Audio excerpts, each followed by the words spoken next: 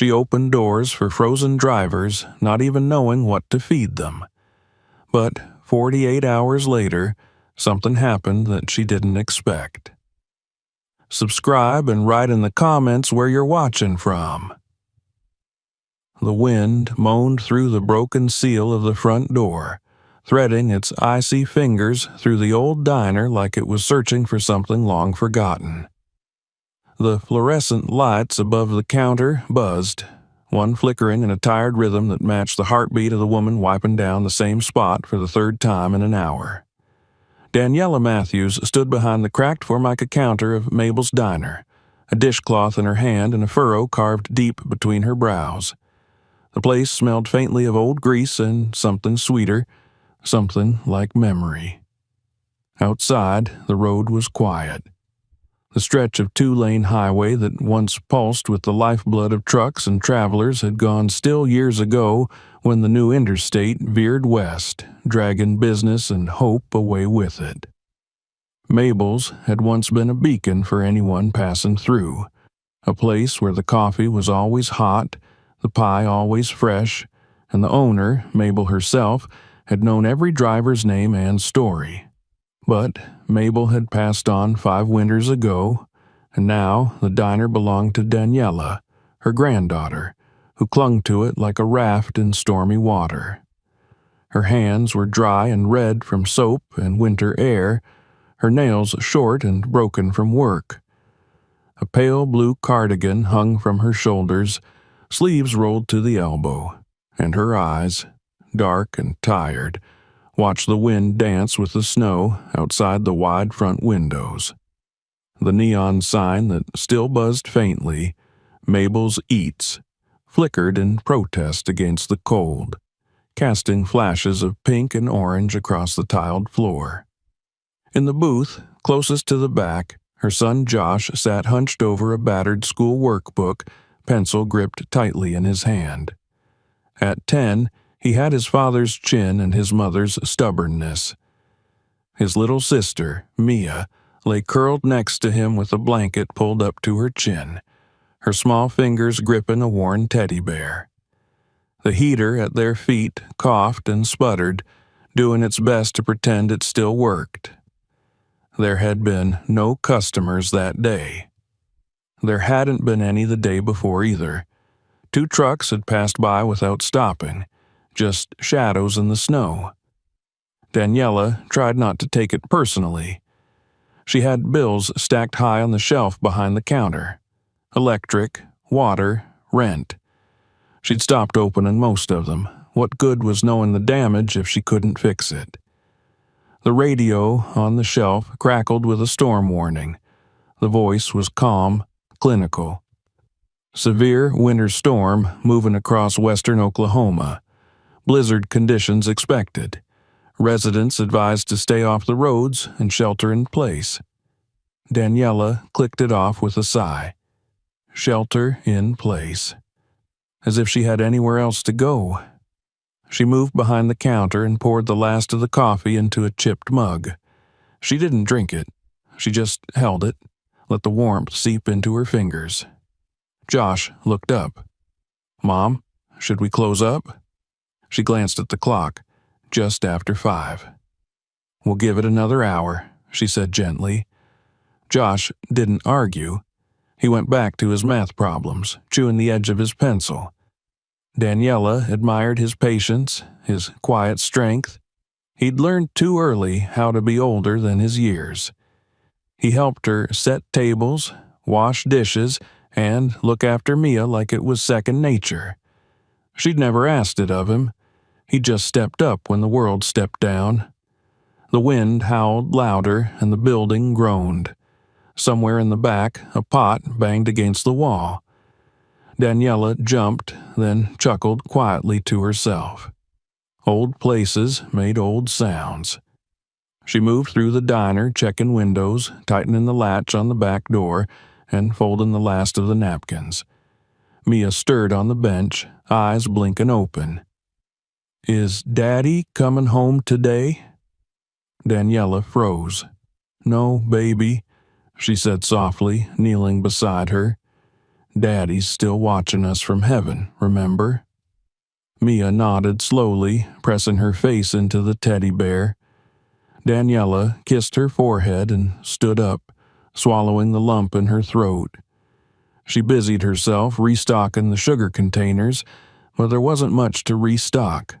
Supplies were low. There were maybe 3 cans of soup left, a few slices of bread already going stale, and a box of crackers she'd hidden behind the counter in case the kids needed something to eat later. The old fridge buzzed, the shelves inside looking more like a museum than a pantry.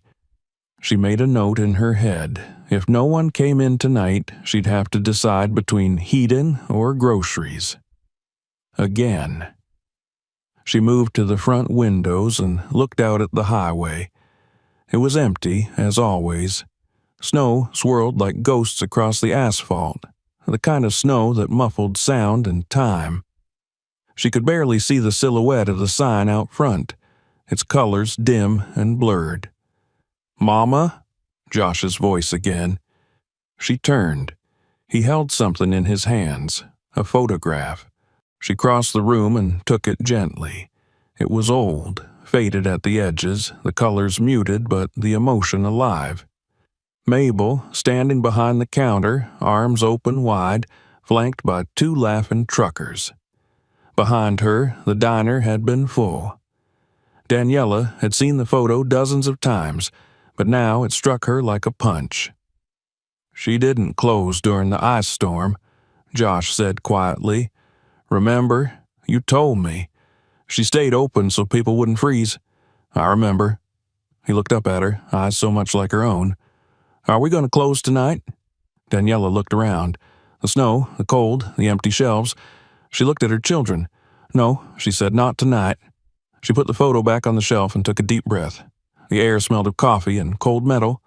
The door creaked louder under the pressure of the wind. She crossed the floor and put her hand on the open-closed sign. It was set to open, but had been more a hope than a fact. She held it there, hesitating. Josh and Mia watched her from the booth. Her hand dropped back to her side. The sign stayed. Daniela returned to the counter, set her mug down, and began checking the old coffee machine. It spat angrily at her but gurgled to life. Another hour, she thought, just in case. She didn't know then how much could change in an hour, how one knock on the door could ripple through time like a stone thrown in still water. Outside, the snow piled higher, the wind picked up speed, and the night pressed closer around Mabel's diner. Inside, a mother, her children, and the last flicker of a legacy held their ground against the dark. The wind didn't let up. It howled harder, as though offended that its fury had yet to drive Daniela from the diner. Snow fell faster now, in fat, heavy flakes that stuck to the windows in icy patches. Outside, the world was turning white, erasing every landmark, every fence post, every stretch of asphalt that once meant movement and life. Inside Mabel's, the yellow light cast a small circle of resistance like a lantern in the dark, trembling but unyielding. Josh had finally closed his math book, pushing it to the side with a sigh of defeat. Mia had drifted off again, curled up tight against his side. Daniela, now settled behind the counter with the last mug of lukewarm coffee, sat with her eyes half closed, not quite asleep, not quite awake. Her fingers moved in slow circles around the rim of the cup, her mind swimming in numbers she didn't want to face. Bills, bank accounts, gallons of gas, the hours until sunrise. Then came the noise. It was soft at first, a low rumble, nearly lost in the howl of the wind. But it grew louder, closer, vibrating through the floor and into her bones. Daniela snapped upright. The kids stirred. Josh sat up straighter. "Mama, is that—" She was already moving toward the window. Through the blurred frost, headlights pierced the storm. 1, 2. A slow-moving shape emerged, lumbering like a beast from the snow. Then came the sound of brakes hissing, the groan of metal, and finally the crunch of heavy tires on the frozen gravel outside. A semi-truck. The engine cut off, and for a moment there was only silence again. Then the unmistakable sound of a door opening and boots hitting the ground. The figure moved quickly toward the door, head bowed against the wind, a heavy parka pulled tight around broad shoulders. The bell above the entrance jingled sharply as the door swung open, a blast of frigid air rushing inside like a warning. The man paused on the threshold, snow clinging to his coat and beard, eyes blinking against the sudden light. Daniela was already behind the counter again, unsure whether to feel relief or fear. He was tall, maybe in his 60s, white, his face weathered and windburned, the kind of man you saw in truck stops and old photos, part of the landscape of the road. "Evening," he said, his voice rough, hoarse from cold and diesel. "Hi," she replied cautiously. "We're still open. Sort of." He pulled back his hood and offered a small, grateful smile. "Didn't expect anyone to be. I've been driving through this mess for hours. Interstates shut down 20 miles back. Everything else was closed up tight. This was the only light I saw." "Come in, warm up," she said, stepping aside. "Coffee's not fresh, but it's hot." He made his way to the counter, boots leaving wet prints on the linoleum. "Hot'll do just fine." He sat heavily on a stool, pulled off his gloves, and flexed his fingers. "Name's Roy." "Daniela," she said, pouring what remained of the coffee into a clean cup. "That's Josh, and the little one's Mia." Roy nodded toward the kids. "You live here?" "Behind the diner, in the trailer." He sipped his coffee, wincing slightly at the bitterness, but saying nothing. "You're brave, staying out here during a storm like this." "Not brave," she said, "just stuck." Roy didn't press her. He looked around, taking in the quiet diner, the empty booths, the photos on the walls, and the hum of the ancient heater rattling in the corner. "She yours?" he asked, nodding at a framed photo of Mabel on the wall. "My grandmother." "Thought so. I stopped here a few times back in the day. Best peach pie between Amarillo and Kansas City. She ran a good place." Daniela allowed herself a small smile. "She did." They sat in silence for a few minutes. The storm raged against the windows. Mia stirred again, pulling her blanket tighter. Josh watched Roy with cautious curiosity. The bell jingled again. Daniela's head snapped toward the door. Another man entered, this one younger, maybe in his 40s, Latino, face red from the cold. Behind him, the shapes of two more figures moved through the swirling snow. She blinked in surprise as three more men pushed into the warmth, brushing snow from their shoulders and stomping their feet on the mat. "Storm's getting worse," said the second man. "Every exit's blocked. You got anything hot, ma'am?"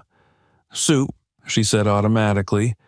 "And bread, that's about it." "We'll take it," another said, shivering. She glanced at Roy, who gave her a nod.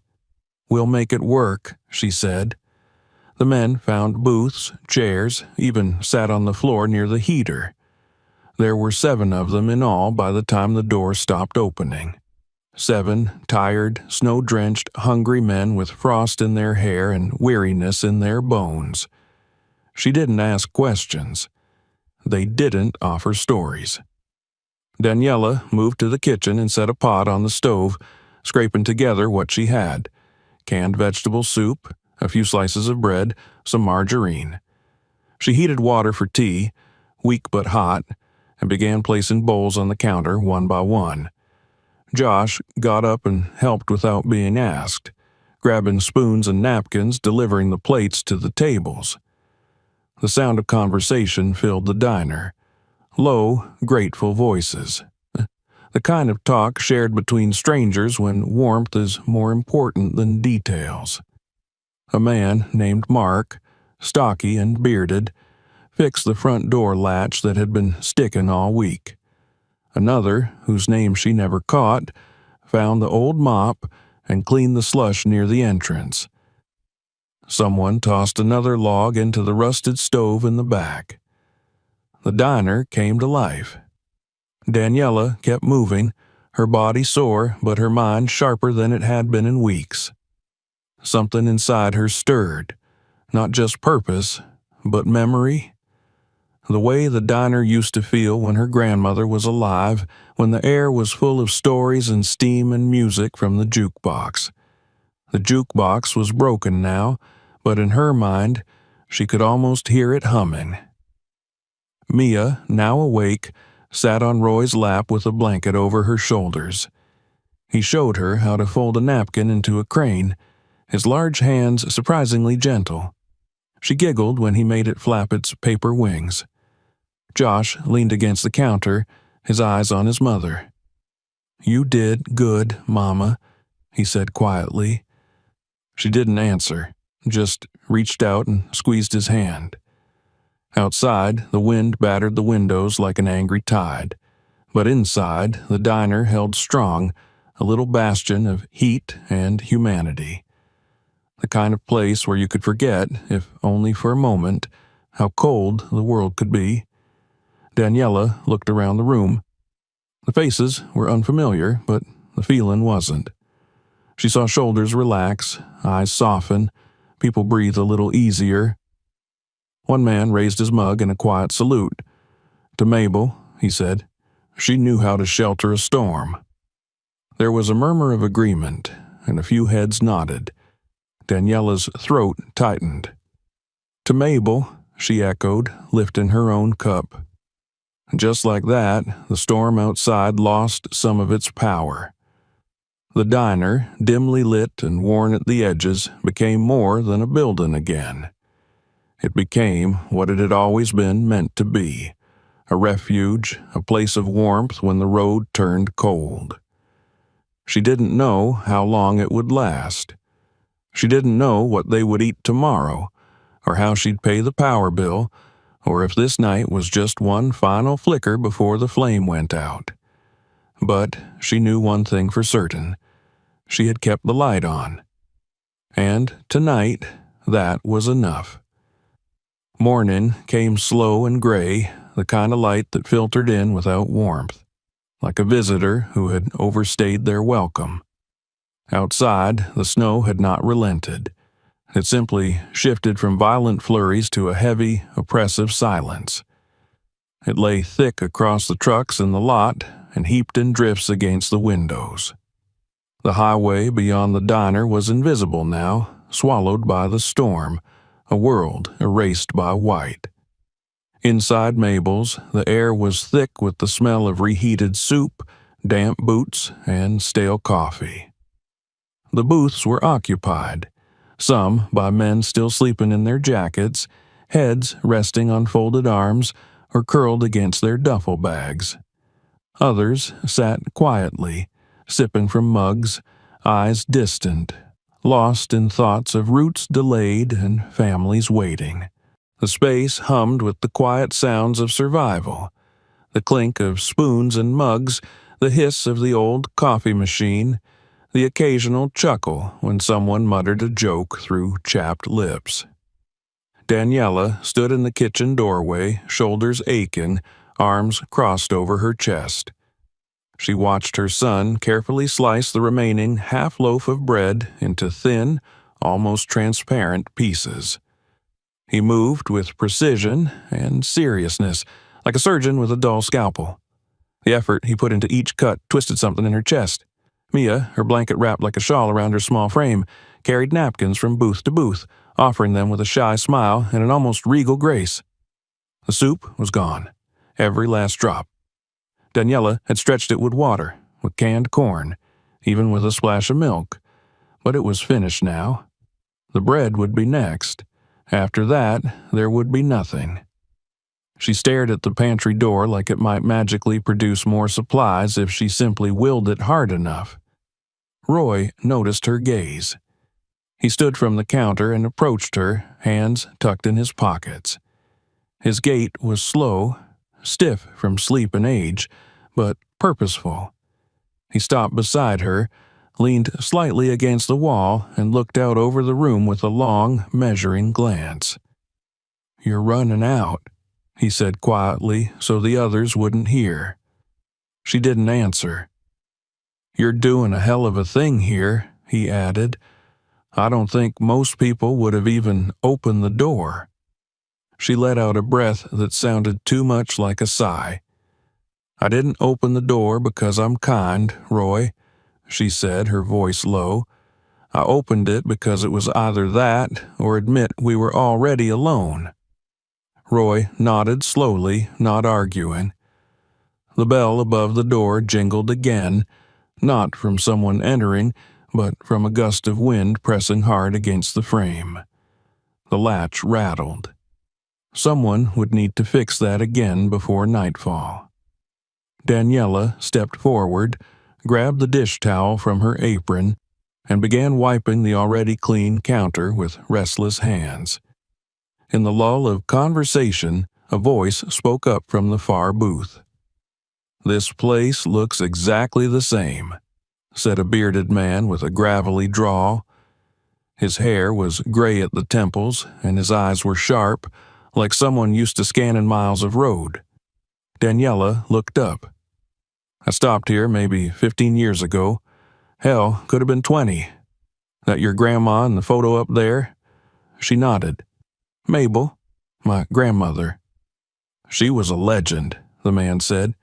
"Everyone on the route knew her. Saved my ass one time during an ice storm not too far from here. Slid off the road, got stuck in a ditch, called over the CB, and wouldn't you know it, she answered. Didn't even ask who I was.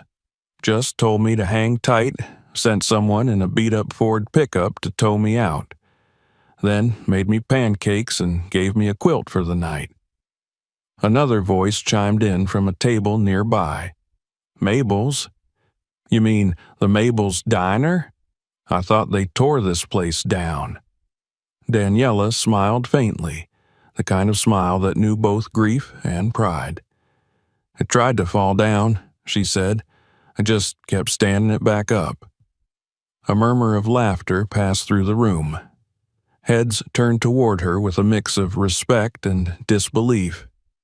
These were men who had seen towns vanish in the rearview mirror, places gutted by bypasses and big-box stores. They knew what it meant to keep something alive when the world no longer remembered it. "Mabel saved a lot of us," said Roy, turning back to the group. "She didn't just serve food, she served home." A silence followed that wasn't awkward. It was reverent, the kind of hush that settles in churches and funeral homes. Daniela felt it wrap around her like a blanket she hadn't realized she needed. Then someone clapped their hands once and stood up. "We got a wrench in my rig. If you've got a busted heater or a toilet that's seen better days, I'll take a look." "I can fix that latch on the door," said another. "Got an old guitar in my truck," a third added. "Might be out of tune, but it still sings." And just like that, a new kind of rhythm took over the diner. While Daniela boiled water for weak tea, two of the drivers reattached the sagging door with screws from their toolkits. One of the men rerouted an extension cord to get the old jukebox blinking again, though the only song that would play was an out-of-tune Patsy Cline ballad. No one complained. Roy disappeared for a while and returned with 2 MREs and a jar of peanut butter from his cab. Others contributed what they could: crackers, cans of chili, granola bars half smashed but still edible. It wasn't much, but it felt like plenty. Daniela felt her heart lift and twist at once. Gratitude and shame danced uncomfortably close. These men, many of them strangers, were giving what little they had, and she had so little left to give back. Late that afternoon, as the light dimmed and the wind began to howl again, she slipped out the back door and trudged through the snow to the trailer. Her boots sank deep, and each step felt heavier than the last. Inside, the trailer was dark and cold. The space heater had given up 2 nights ago. She opened the pantry slowly, hoping the cold had at least preserved the contents. 2 cans of baked beans, a sack of potatoes beginning to sprout, a frozen meatloaf wrapped in foil, intended for Sunday dinner with the kids. She stared at it for a long moment. Then she reached out, took everything, and loaded it into a box. She paused at the doorway, the box heavy in her arms, the weight of a week's worth of meals disappearing in one cold decision. She looked back at the small couch where Mia had fallen asleep reading the same picture book 4 nights in a row, at the framed photo of herself and her husband on the wall, at the space where he used to sit. Then she opened the door and stepped out into the snow. When she returned to the diner, faces turned. No one spoke, but they saw what she carried. They saw what it cost her. And none of them moved to stop her. She set the box on the counter. Josh was at her side in an instant. "Are you sure?" he asked in a whisper. She met his eyes. "They need it. We'll figure something out." He nodded once and didn't argue. Together they got to work. The meatloaf went into the oven. The potatoes were peeled and boiled, then mashed with margarine and a little salt. The beans simmered slowly, filling the diner with a smell that reminded Daniela of every church potluck and family reunion of her youth. Plates were filled again. Conversations resumed. The laughter returned. The jukebox wheezed its way through another broken country song. No one mentioned the sacrifice, but their eyes said what words couldn't. That night, no one left. They pushed the tables together, spread out blankets, laid down coats to soften the floor. Someone found a deck of cards. Someone else passed around peppermint candies from the bottom of a glove box. It wasn't home, not really, but it was close enough. Daniela, exhausted, sat at the counter and watched them all. She wiped her hands on her apron and reached for the coffee pot. Roy leaned beside her. "You know," he said, "I think Mabel would be proud." Daniela didn't reply. She didn't trust her voice not to crack. Instead, she poured 2 cups of tea and handed him one. As the snow piled higher against the windows, the little diner at the edge of nowhere glowed softly from within, like a lighthouse on a frozen sea. And in that light, surrounded by weary travelers and the last crumbs of her pantry, Daniela Matthews stood a little taller. She had nothing left, and still she gave. Night returned with a vengeance, darker and colder than any that had come before. The diner's thin walls creaked beneath the weight of the wind. Snow fell steadily again, blanketing the already smothered world, and the temperature dropped so sharply that frost began crawling up the inside corners of the windows like a silent intruder. Inside Mabel's, the glow from the overhead lights flickered with an almost nervous rhythm. The generator out back, a grumbling, rust-flecked machine older than Daniela herself, had been chugging for hours, running off the last of the fuel reserve Roy had brought in from his rig. It wasn't meant to run this long. She could hear the change in its pitch, feel the warning in its shudder. Still, she said nothing. She didn't want to frighten the kids. She didn't want to admit she was frightened herself. The men, most of them still awake, had made themselves as comfortable as possible. Booth cushions were pulled onto the floor, blankets and jackets laid across them. Someone had taped cardboard over the bottom of the door to stop the draft, and another had stacked crates and cans against the weakest wall to brace against the wind. It wasn't much, but it helped. Dinner, if it could be called that, had been met with reverence. Not a morsel had been wasted. The meatloaf had been sliced so thin that it bordered on spiritual restraint. The mashed potatoes stretched miraculously to feed every belly. The beans were scraped from the pot as though they were gold. And through it all, no one complained. No one asked for seconds. The silence at the tables spoke not of lack, but of gratitude, the kind that couldn't be bought or faked. Josh had fallen asleep curled up beside Mia beneath a thick blanket near the heater. He had insisted on giving up the cot that Roy had offered him, choosing instead to stay with his sister. Daniela had kissed them both good night, tucking a scarf around Mia's head to keep the cold from nipping her ears. Her babies, her entire world, bundled together on a floor in a room full of strangers, and yet she felt safer here tonight than she had in years. She moved behind the counter, turning off the coffee pot and checking the remaining tea bags. Only 3 left. The water supply in the kitchen had slowed to a trickle, the pipes flirting with freezing. She wrapped another towel around the base of the faucet and prayed silently that it would hold through the night.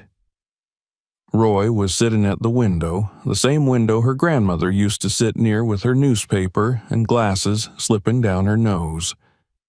He didn't say anything when Daniela sat beside him. He just looked out into the storm, his jaw tight. "How's the generator?" she asked softly. He shrugged. "Still going, barely. It's got one more night in it, maybe." Daniela leaned her head back against the cool wall, closing her eyes. "I don't have anything else left," she said, not meaning to say it out loud. It just spilled out like water over a cracked rim. Roy didn't respond immediately. When he did, his voice was quiet. "Maybe not in the fridge, but you've got enough inside you to feed an army." She laughed bitterly. "Hope doesn't keep pipes from freezing." "No," he agreed, "but it keeps people from giving up when they do." They sat in silence, watching the snow build on the glass. The wind pressed harder now, shaking the door in its frame. The tape holding the cardboard flapped. Somewhere in the kitchen, a pot rattled against the stovetop, shifting as if to remind them it was still there. Then, without warning, everything went dark. The lights blinked once and died. The heater gave a slow whine and fell silent. The hum of the fridge stopped. The jukebox sputtered and then cut out entirely. The low glow from the corner lamp vanished as though it had never been. For a moment, no one moved. The cold swept in like a thief. Daniela's breath caught in her throat. She felt it, the stillness of a room when the warmth dies. "Mama," came Josh's voice, sleepy and uncertain. "It's okay, baby," she said quickly, rising to her feet. "Just the generator." Murmurs spread through the room as men sat up, rubbing their arms and pulling blankets tighter. Some moved toward the window. Others stood, checking on one another in the dim light. The only illumination now came from the red exit sign above the door and the silver-gray hue of the snow reflecting moonlight through the glass. Roy was already on his feet. "I'll check it," he said, grabbing his jacket and gloves. Daniela nodded and followed him to the back door. He stepped out into the night, and she pulled it shut behind him, leaning against the frame for a moment. The cold pressed in, cruel and swift, biting at her fingers even through her sweater. Her eyes stung. She turned and scanned the room. The men were quiet again, pulling together, whispering, helping each other. One man offered his last pair of thick socks to another whose feet had turned pale. Someone else rolled out an old sleeping bag and opened it wide enough to fit 2. Mia stirred and coughed once before settling again. Daniela moved through the diner with her arms wrapped tight around her torso, whispering reassurances she barely believed. In the kitchen, the silence was more oppressive. She lit a single emergency candle and placed it on the stove, watching the flame flutter like it, too, was deciding whether to stay. Her pantry was empty now, truly empty. Not a can, not a crumb, only the cracked tiles and the quiet echo of work long done. 10 minutes passed, 15. Then the door at the back opened with a gust, and Roy stepped inside, his face red with cold and his hands shaking slightly. "Patched it best I could," he said. "She'll run for a little while longer, but we're on borrowed time." Daniela nodded. "Thank you." He looked at her, really looked at her, and something passed between them. Not romance, not pity, just recognition, a mutual understanding of what it meant to hold too much for too long. As the generator coughed back to life, the lights flickered on again. Weak, like a dying flashlight, but there. The heater groaned and began to blow its thin stream of lukewarm air. The jukebox let out a garbled squawk but remained still. Cheers rose, soft and tired but genuine. Men clapped Roy on the back. One muttered, "You're a damn wizard," and handed him a hot mug of water as a toast. Daniela returned to the counter and stood there, unsure of what to do next. And that was when she felt it, deep in her bones. The unraveling. Not the kind that comes with a single dramatic crack, but the slow, thread-by-thread unspooling of a person who has given everything and found nothing left. She stepped into the kitchen, closed the swinging door behind her, and leaned against the wall. Her legs threatened to give way. Her arms trembled. Her face, so carefully controlled all night, crumpled. Silent tears slid down her cheeks, and she let them. She didn't sob. There was no noise, just release.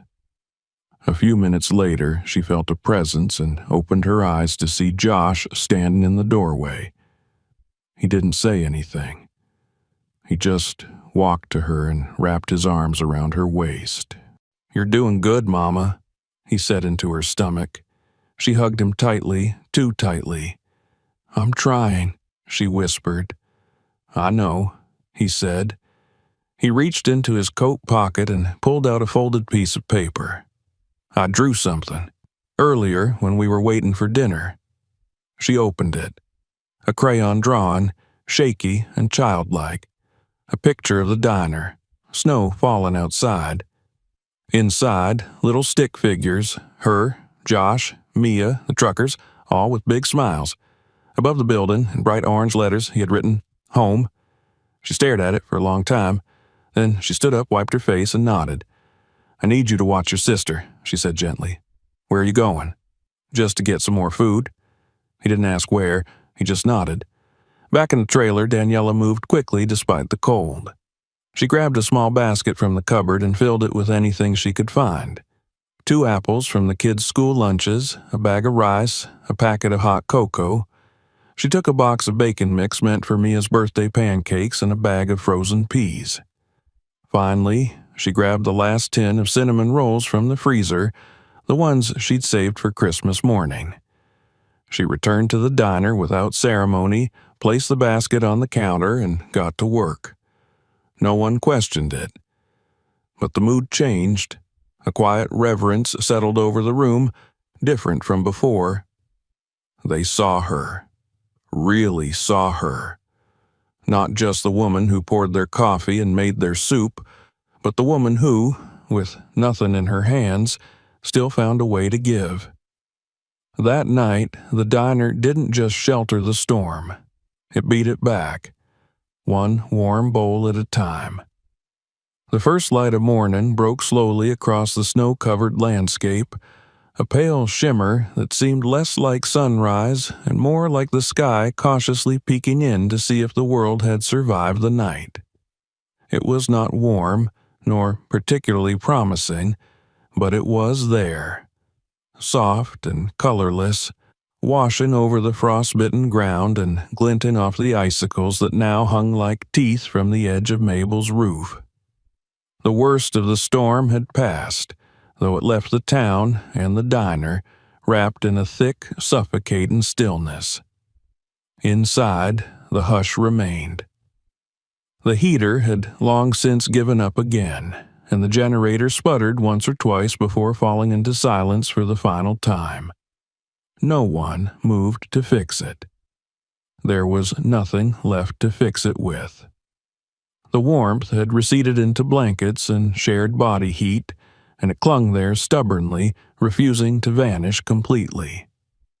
Daniela stood near the front door with a broom in her hand, sweeping away a thin film of snow that had managed to creep in beneath the jam overnight. The motion was slow, more meditative than practical. Her joints ached with a dull persistence that reminded her she hadn't sat down for more than a few minutes since the storm began.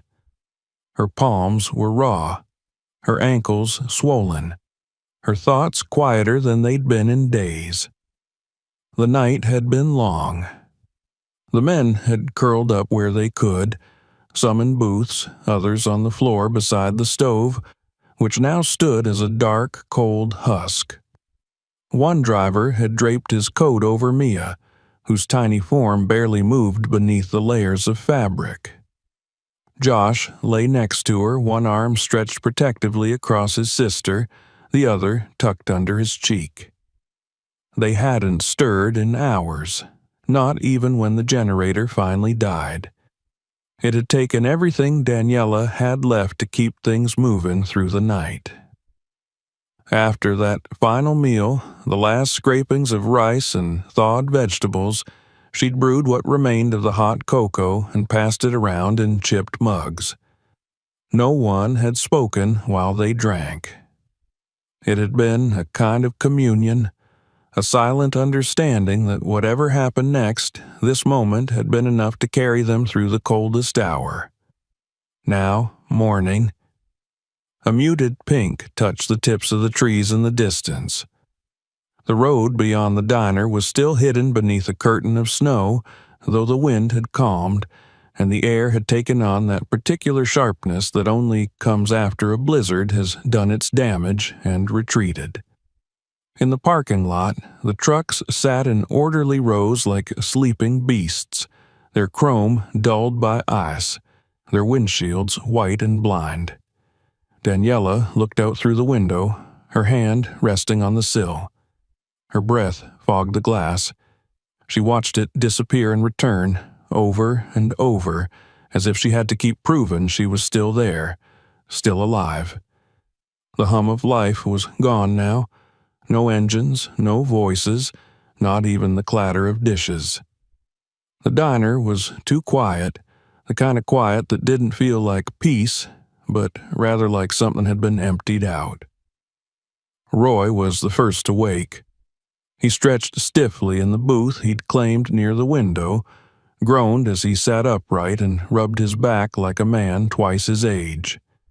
His eyes met Daniela's, and for a long moment they simply looked at each other without speaking.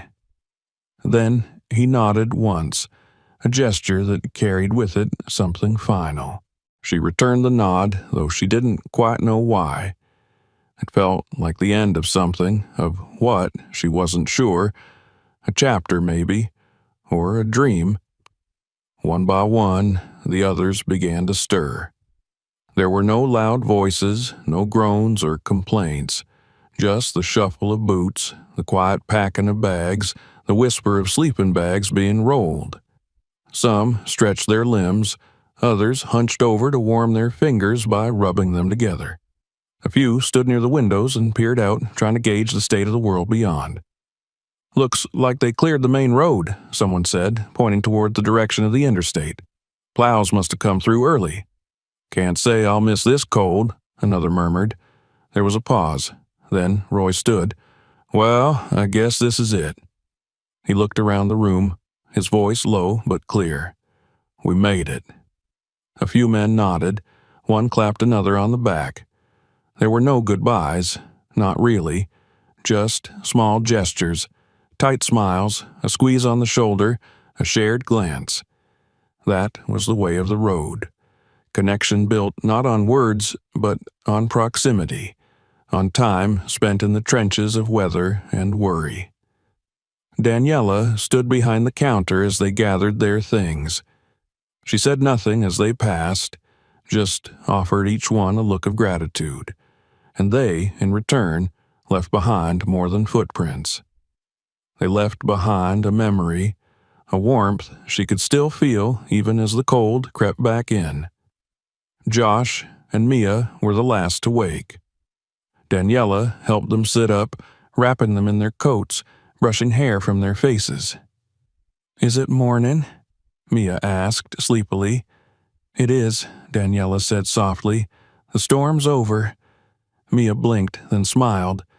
"We made it." Josh didn't say anything. He just looked around the diner, then up at his mother. His eyes were too serious for his age.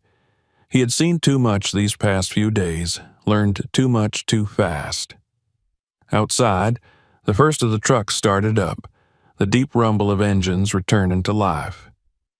It was a strange sound, comforting in a way, like the heartbeat of the road had resumed.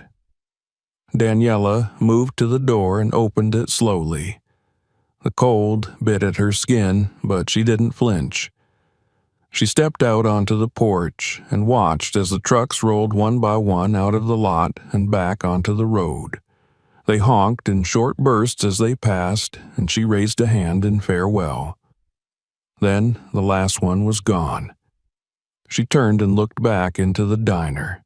Empty now, the booths bare, the floor marked with the imprint of sleeping bags and heavy boots. The air still held the ghost of warmth, but it was fading fast. The silence returned, heavier this time. Daniela walked back inside, shut the door, and locked it. She moved behind the counter and turned off the switch to the lights that no longer worked. Then she stood for a long time, staring at the wall across from her. The photo of Mabel still hung there, tilted slightly to the left. Daniela reached out and straightened it with a trembling hand. She looked around the diner, the chipped tiles, the worn counter, the faded menus that no one read anymore. She thought of all the nights spent here, all the mornings that began with the smell of coffee and hope. And now, this, the quiet aftermath of something too big to name. She moved to the back and gathered the trash, bagged the empty cans, swept the crumbs. She folded the blankets and set them neatly in the supply closet. She wiped the tables until her hands ached, then did it again. There was nothing left to do, but still she kept going, unable to sit still. Josh came to her side. "Is it over?" he asked. She looked down at him, then at the front window where the snow had begun to melt in thin rivulets down the glass. "I don't know," she answered honestly. He looked thoughtful for a moment. "We still have the sign." She followed his gaze out the window. The old "For Sale" sign leaned awkwardly against the fence out back, snow piled around its base. She'd meant to remove it weeks ago, but hadn't found the time or the energy. Now it stood like a silent reminder of a decision she hadn't quite made. "Maybe it's time," she murmured. He didn't argue. She walked to the back door, opened it, and stepped into the blinding white. The sun had risen just enough to glint off the snow, casting a painful brightness across the world. She trudged to the sign, grabbed it with numb fingers, and yanked it free. She stood there a long time, holding it, unsure what to do next. Behind her, the diner waited, not broken, not whole, but still standing. The snow had barely begun to soften in the midday sun when the sound came, a low murmur at first, indistinct and distant, the kind of vibration that rumbled beneath the feet before it registered in the ears. Daniela had been sweeping out the foyer again, not because it needed it, but because the movement helped silence the thoughts looping in her head. She paused mid-stroke, head tilted, broom braced across her hip. Her ears, so attuned now to the absence of life, caught the faint throb of diesel engines on the wind. At first, she thought it might be wishful thinking, maybe a snowplow passing on the far highway, or the echo of a truck long gone. But then it grew louder, unmistakable in its rhythm. Not one, but many. The crunch of tires over packed snow, the sigh of air brakes, the cough of idling motors. She dropped the broom. From behind the counter, Josh sprang to his feet, already sensing that something had changed. Mia, still sleepy from her nap in the supply closet, blinked and sat up, rubbing her eyes. Daniela moved to the front door, her heart knocking hard against her ribs. She pulled it open just as the first truck turned off the main road and rolled into the lot. It was massive, gleaming despite the crusted ice along its bumper.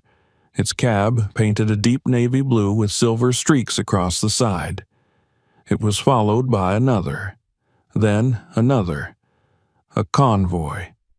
A stream of rigs, each engine humming like a note in a chorus. Within minutes, the lot that had been desolate and silent just hours earlier swelled with machines, parked nose to nose in tight, careful rows.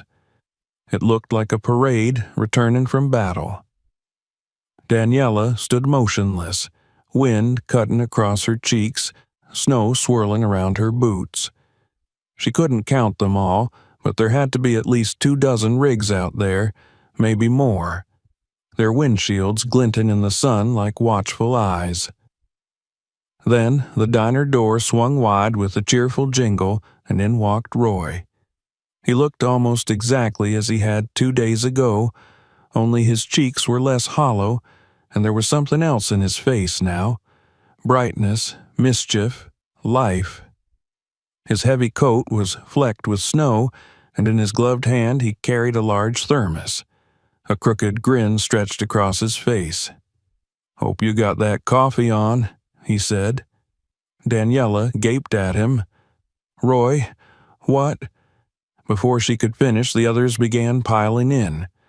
Men and women, some young, some old, all in thick jackets, boots caked in snow, cheeks red from the cold. Some she recognized from the storm, others were strangers. They filled the diner like floodwater, smiling, stomping their feet, shaking hands, greeting one another like a family reunited. Roy stepped forward and gently placed an envelope on the counter. Daniela stared at it. "We passed the hat around," he said, his voice lower now. "Dispatchers, drivers, some old friends from the CB days. A few companies kicked in, too. Even a couple of folks who just read the story and wanted to help." Daniela reached out, her fingers trembling, and picked up the envelope. It was thick, far too heavy to be a simple gesture. She opened it slowly and pulled out a stack of bills, neatly bundled and rubber-banded. Beneath that, checks, receipts, notes written in Sharpie and pen and pencil, for the woman who kept the fire burning, for Mabel's granddaughter, for home on the road. "It's enough," Roy added, "enough to clear the bank. Keep the lights on. Start fresh if you want to." Daniela couldn't speak. Her throat was thick with tears she wasn't ready to let fall. She looked at Josh, whose eyes were wide, mouth parted.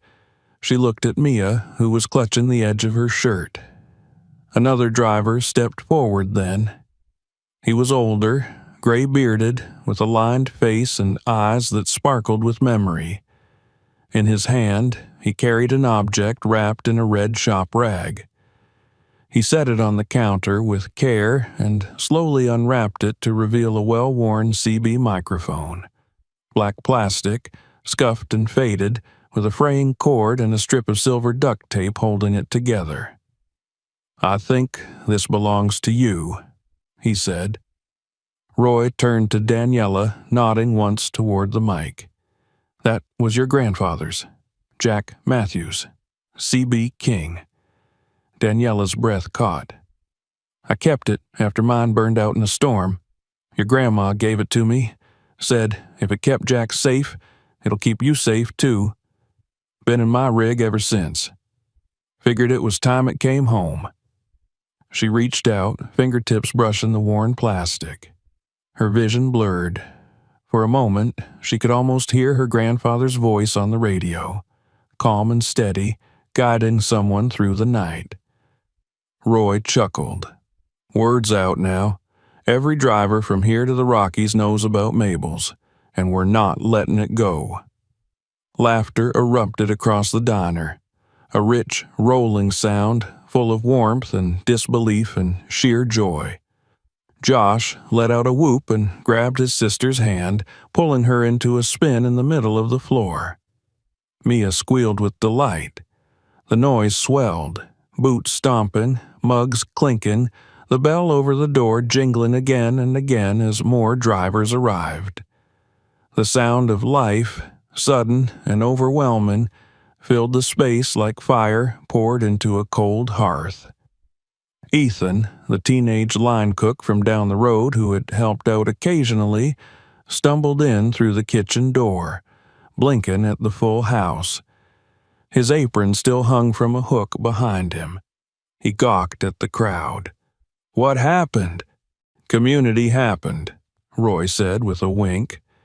Drivers brought in supplies, coffee grounds, canned goods, industrial-sized rolls of paper towels. Someone had a crate of eggs. Another rolled in a tank of propane.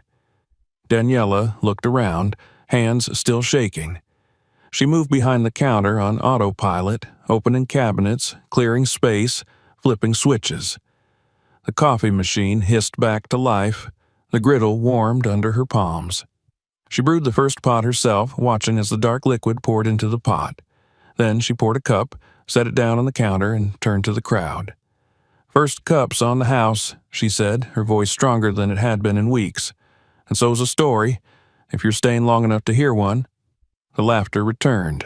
Roy raised his cup in salute. "Welcome home." Outside, the sun climbed higher.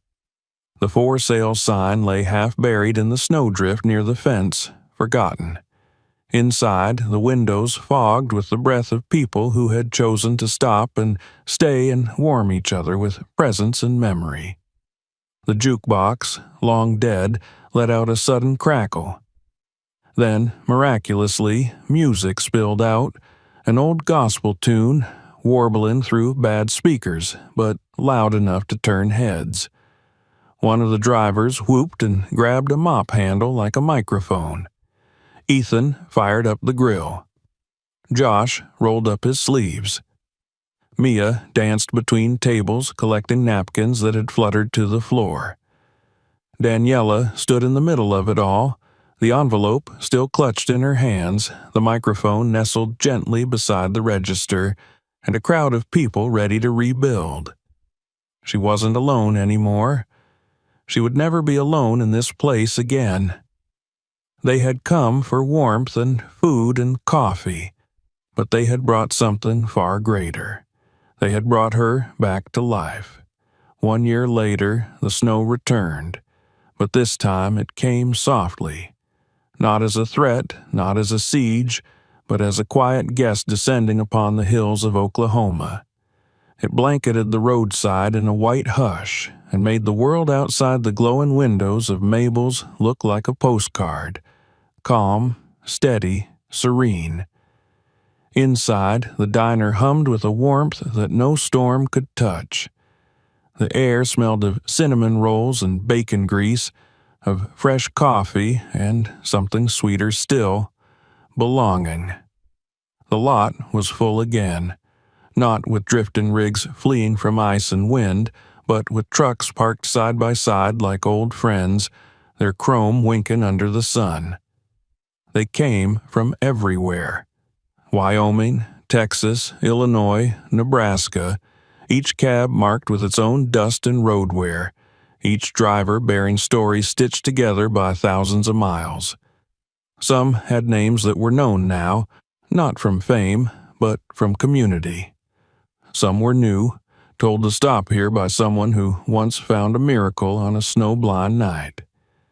Inside the diner, the booths were full. Laughter bounced off the worn wood walls, and plates clattered against the counters.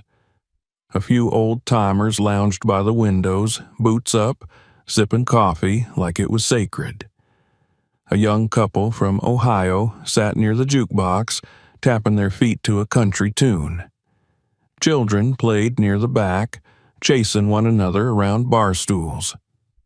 On the far wall, where once there was only faded wallpaper, a framed photograph now hung in a place of honor. It was a black and white picture. Mabel, arms around two drivers, a coffee pot in one hand, her other hand raised mid-story. Her smile was wide, eyes twinkling behind wire-rimmed glasses. The photo had been blown up and framed in walnut, with a brass plate beneath that read, "Mabel Matthews, Mother of the Road." Just beneath it was a second photo, this one in full color. Daniela, flanked by Josh and Mia, all three smiling, arms around one another, standing outside the newly painted diner in spring sunlight, beneath the freshly hung sign that simply read, "Mabel's, Home for the Road." It had taken work, so much work. After the convoy left that day, Daniela didn't rest, not even for a moment. She filed every document, paid every overdue notice, registered every permit. The roof had to be redone, the freezer replaced. She rewired the back wall herself with a manual in one hand and a flashlight in the other. She learned to fix a fryer, pour concrete, calibrate a food scale, and reorder bulk coffee. She learned how to hire people, then learned how to trust them. She discovered she was capable of more than she had ever believed, and that the road was full of people who would not let her fall. Word spread fast, faster than she could have imagined. One article led to another. A video clip of Josh serving pancakes to a line of drivers hit 1 million views in a week. People sent letters, then postcards, then their stories. Drivers left photographs in the mail. Some drove out of their way just to leave a note on the corkboard near the door. One woman, who had never even passed through Oklahoma, sent a handmade quilt with the words embroidered along the bottom.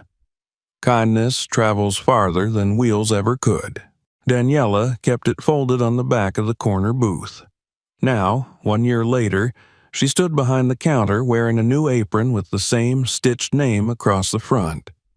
Her hands were stronger, her face a little more lined, her eyes just as deep. She poured coffee with a practiced rhythm, greeting every regular by name, every stranger with warmth.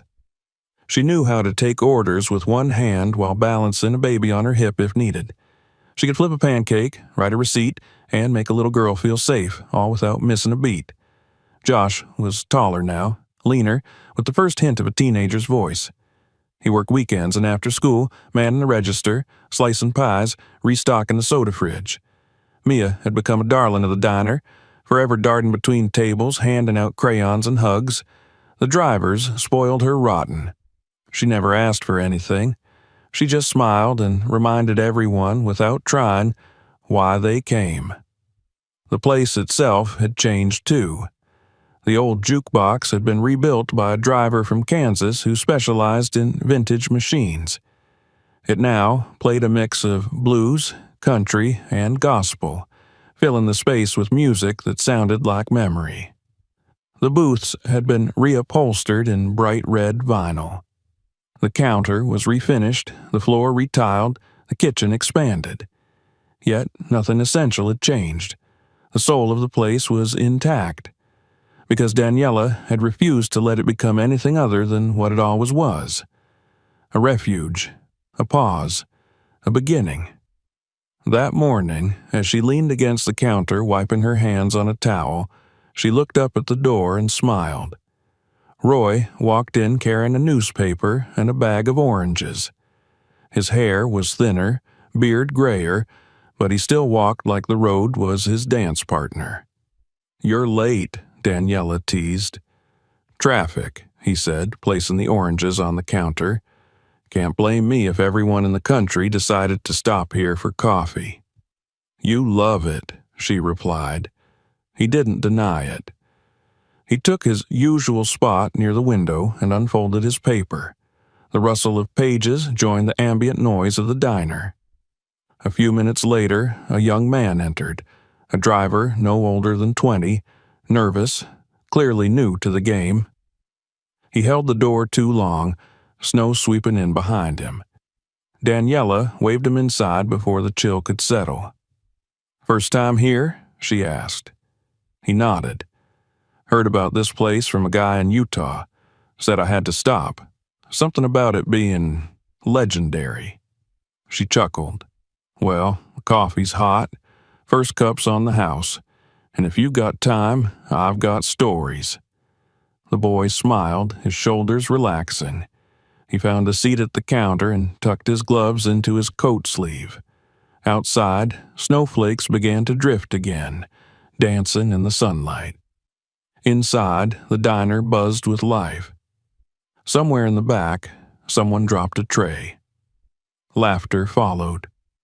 Mia sang to herself while stacking crayons into rainbows. Josh leaned against the fridge, recounting a joke he'd heard on the CB to a table full of drivers who roared in approval. Roy turned a page in his newspaper and smiled quietly to himself. Daniela took a moment, just one, to close her eyes. She could almost feel it then, not memory, not sorrow, but presence. Jack, her grandfather, steady hands on the wheel. Mabel, her voice rising above the clatter of cutlery. Not ghosts, not specters, but something in the air itself, stitched into the beams, the floor, the very light pouring through the windows. This place was made of them, and now of her. She opened her eyes and moved back to the counter where another driver had taken a seat, a new story ready to begin. Outside, the trucks came and went. Inside, the road continued, not as a line of pavement, but as a living, breathing thing, a connection, a promise. And in the golden hum of that promise, Mabel's lived on. Always here, always home. If this story moved you, don't forget to subscribe for more. Tap the bell so you don't miss the next one and share this video with someone who needs to see it.